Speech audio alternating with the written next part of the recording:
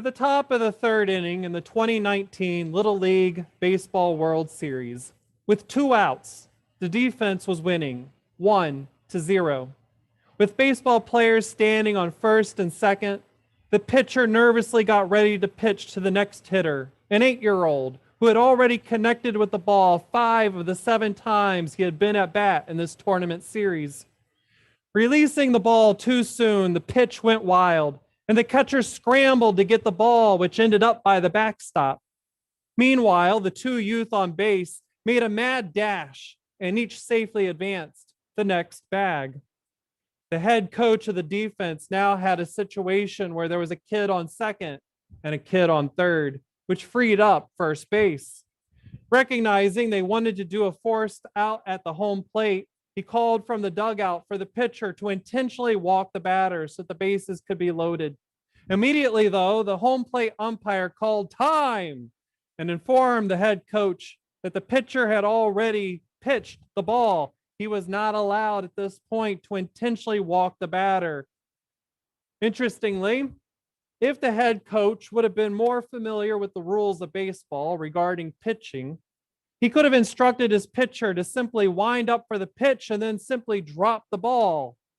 Now, for those of you who are familiar with Major League Baseball rules, you probably would think this is a bad idea because doing that would result in a balk, meaning that every person would advance 1 base and thus allowing the other team to score. But in Little League Baseball, there are no balks. If the pitcher would have simply dropped the ball while winding up for the pitch, or even rolled the ball to home plate, the umpire would have been forced to call it a ball.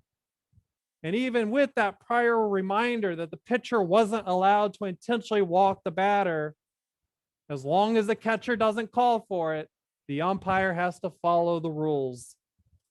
And then after this, the pitcher would just have had to pitch 2 more times like that. And then the batter would have advanced to first base, and the next kid at bat, assuming things would have remained the same from that point on, would have struck out, and the inning would have ended with the defense still 1 run ahead of the other team.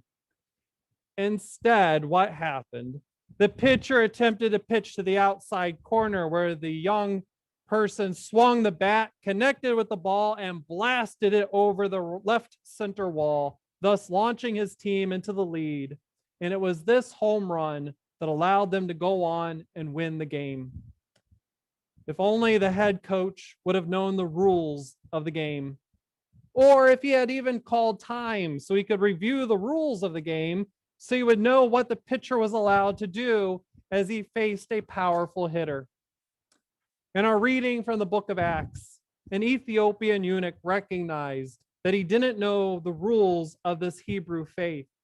Therefore, seeking answers to his questions, he managed to get a copy of Isaiah, which would have been an astonishing accomplishment, as the rabbis and synagogue leaders were typically the only ones with resources which allowed them to have access to these writings, as these scrolls were very expensive. So clearly, the eunuch had access to great personal wealth, so he could obtain a copy of Isaiah's prophecies. And on top of that, have an education so he could read Hebrew. Eager, though, to learn about God, the eunuch attempted to plod through Isaiah 53. And for anyone who has attempted to read Isaiah's prophecies without using Google, a commentary, or a Bible study companion, you quickly discover that this is a difficult book to understand, as it's filled with puns and obscure terms. Whereas even some biblical scholars admit this text is difficult to grasp. Struggling to comprehend what he was reading, the Spirit of God led Philip to the chariot to inquire if the eunuch understood what he was reading. Confessing that he was unable to do so, Philip explained to the eunuch the significance of Isaiah's prophecy and how it related to Jesus.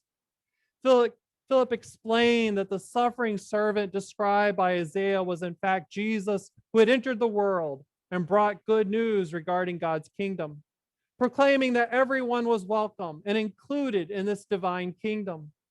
The rules were simple: love God and love your neighbor as you love yourself. Doing these things, we are adopted into God's family and become equal heirs to God's kingdom. This was welcome news to the eunuch because even though he had access to vast wealth, and even though he was able to purchase a hand copied scroll of the prophet's writings, and even though he was a trusted official in the queen's court in Ethiopia, based on his physical condition as a eunuch, he was prohibited from entering even the temple gates to stand in the courtyard with the Gentiles. It is likely that on the Sabbath, he had to remain in the royal carriage where he had to strain his ears to hear what little he could hear of the service and the teachings. Eager to have access to God, the eunuch encountered barriers. Thankfully, Philip unpacked the teachings of Isaiah and Jesus and introduced him to an incredible game-changing and life-altering invitation, which came directly from Jesus. This invitation from Jesus claimed that everyone, including the eunuch, was acceptable to God, just as he was. This revelation altered the game in the eunuch's favor. As Philip and the eunuch traveled out of the city, the eunuch grew more and more ecstatic that he was accepted and loved. And then they reached a body of water along the road. Intrigued by Philip's interpretation of Isaiah's prophecy, the eunuch posed the theological question regarding what was to prevent him from being baptized. Unable to think of a single reason, Philip invited the eunuch to go with him into the water where he was baptized. The eunuch, who had struggled as an outsider, was now fully part of God's family. And like many others before and after him, he has been adopted into the family of God. One of the images Jesus used when he taught about our adoption was the grapevine. He said that when we accept his invitation to follow him, we are grafted onto the vine of God. Receiving nourishment and encouragement to grow, we are like a branch attached to the true vine of Jesus Christ, who is the source of our lives. Connected directly to the true vine, Jesus is the one who keeps us from being blown away by the storms of life, the storms of viruses and pandemics, the storms of loss, the storms of fear and anxiety, and the storms of conflict, the storms that claim we can't be part of something great and wonderful. Yet Jesus dispels that lie, saying we are connected to him. And as such, he gives us living water so we remain filled with life and energy. Through this living water, we're able to thrive spiritually and physically. And connected to the living vine, we are refreshed by the living water, where we discover a sense of peace and belonging as the life of Jesus flows through our veins, so we receive abundant life, which we joyfully share with others, so that they too recognize that everyone belongs in God's family, where there are no outsiders. Allowing the fruit that comes from the true vine to fill our lives, even when we think that there is no future, so we have to live in the moment. God arrives and says, there is no rule that states I cannot arrive and do the impossible. If this were the case, then rivers and lakes would not have been divided in half to allow the Hebrews to escape Egypt as they traveled on dry lake bottoms. If this were the case, then the walls of Jericho would not have fallen at the sound of trumpet blasts. And if this was the case, then there is no hope for a child who can't read, no hope for an incarcerated person to have a soul transformation, and no hope for minorities and a freedom from violence. But as the people of God who are connected to the living vine of Christ, we receive visions of the impossible becoming possible. Persons connected to Christ perceive what God is doing and recognize that God's love springs forth, even in places once thought dried up, burnt up, abandoned, or broken. In the book Mobilizing Hope, Faith-Inspired Activism for a Post-Civil Rights Generation, the author Adam Taylor shared his greatest fear was that the criminal justice system was beyond repair, and he, a Black American, should stop trying to engage creative community-led public safety measures that also support employment opportunities, violence intervention, and conflict mediation. Instead, he said he should just allow systemic racism and false narratives about Black people define who he is. But he states, as a Christian, he recognizes that he belongs to something bigger, where the people of God possess powerful theological tools to reimagine the world as we know it. We stand on the shoulders of prophets like Amos, Jeremiah, Isaiah, and Ezekiel, who used the power of reimagination to proclaim what saith the Lord to kings and rulers. They had bold visions that struck at the heart of building a society where all can thrive. He declares that we can learn from our Lord and Liberator Jesus, who tapped the power of creative imagination through parables which challenged hypocrisy. And he reminds us that we must always remember the timeless lesson of the resurrection, that death and injustice never have the last word. Connected to the living vine of Christ, we are empowered to enter the trenches where the broken, abused, and rejected are located, so we can enter their lives to heal the wounds of the broken. We are equipped to bring dead souls and dreams to life as we connect with each other and offer each other the living water which comes from Christ.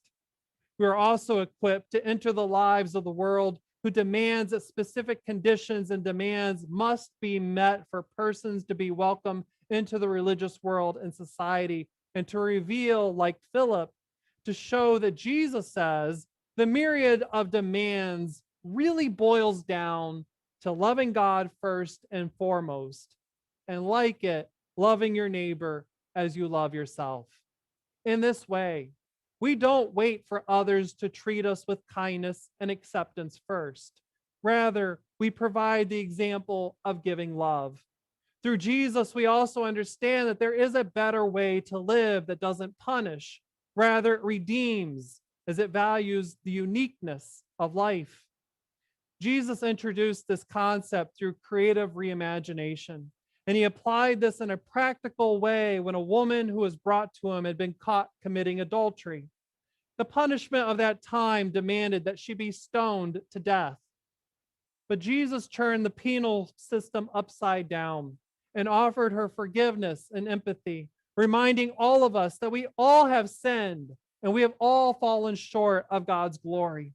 So instead of cheapening life, even if they cheapen their own or the lives of others, it is our responsibility as God's people to value the life of others as much as we equally view our own unique value. Thankfully, following Jesus' lead, today there are changes occurring as city councils and public safety administrators tap into this creative reimagination about how we can respond to persons in the midst of a crisis moment. Reimagining how we can help each other. Experienced crisis counselors and EMTs are responding to mental health, substance abuse, and homelessness-related concerns. Additional patience and empathy are being applied so that in a crisis situation, trained personnel are sitting down with persons to listen to them and discuss what is transpiring or why the situation they're in is unfolding the way it is. This calm presence, which views value in the person, allows for that person experiencing the crisis to build trust with those who are attempting to assist. And out of these moments, everyone is able to find their voice, which leads to a fuller understanding that we are all connected as we seek to care for each other. As Christians who are connected to the life-providing vine of Jesus, we are connected to each other as we bear fruit which bears witness of God's incredible love and ability to do the impossible. Engaging creative reimagination is required both while facing a crisis and is necessary to utilize as we emerge from this global pandemic and discover families who have suffered great losses, perhaps even seeing their dreams slip away. Or we encounter business owners who are struggling more than ever to survive the financial hurt experienced through a lack of customers and yet face rising costs. And we will likely discover several nonprofit groups which are on life support as they attempt to provide their services. Yet, with a bit of creative reimagination, as Jesus gives us the vision and the energy, we have the opportunity to have new visions, which can enable new dreams and desires for our Christian journey and ministries to arise. Remaining connected to the life-providing vine, which is Jesus, we become branches that can reveal God's desire to love the world. And we can live into that love. We can provide the direction, as Philip provided direction for the eunuch. And like the eunuch, we can find ourselves baptized and grafted into the family of God. Connected to God, we remain productive and blessed as we focus on the fruit-bearing faith we have received, and we can live into our Christian mission gracefully, loving and serving each other. Jesus declares that he has appointed us to go and bear fruit that will last. So may we, as Jesus' disciples, embrace our roles as branches, channels for God's grace and healing, so our world can benefit from us as we reveal the amazing value every person has, even the eunuchs of the world. No longer shall anyone be viewed as an undesirable or unacceptable, for we are all insiders, welcomed, baptized, and grafted into the family of God. No longer outsiders, we have the ability to know the rules of love, and it's our creative reimagination which allows everyone to recognize their value and their worth to God. All of us equally together.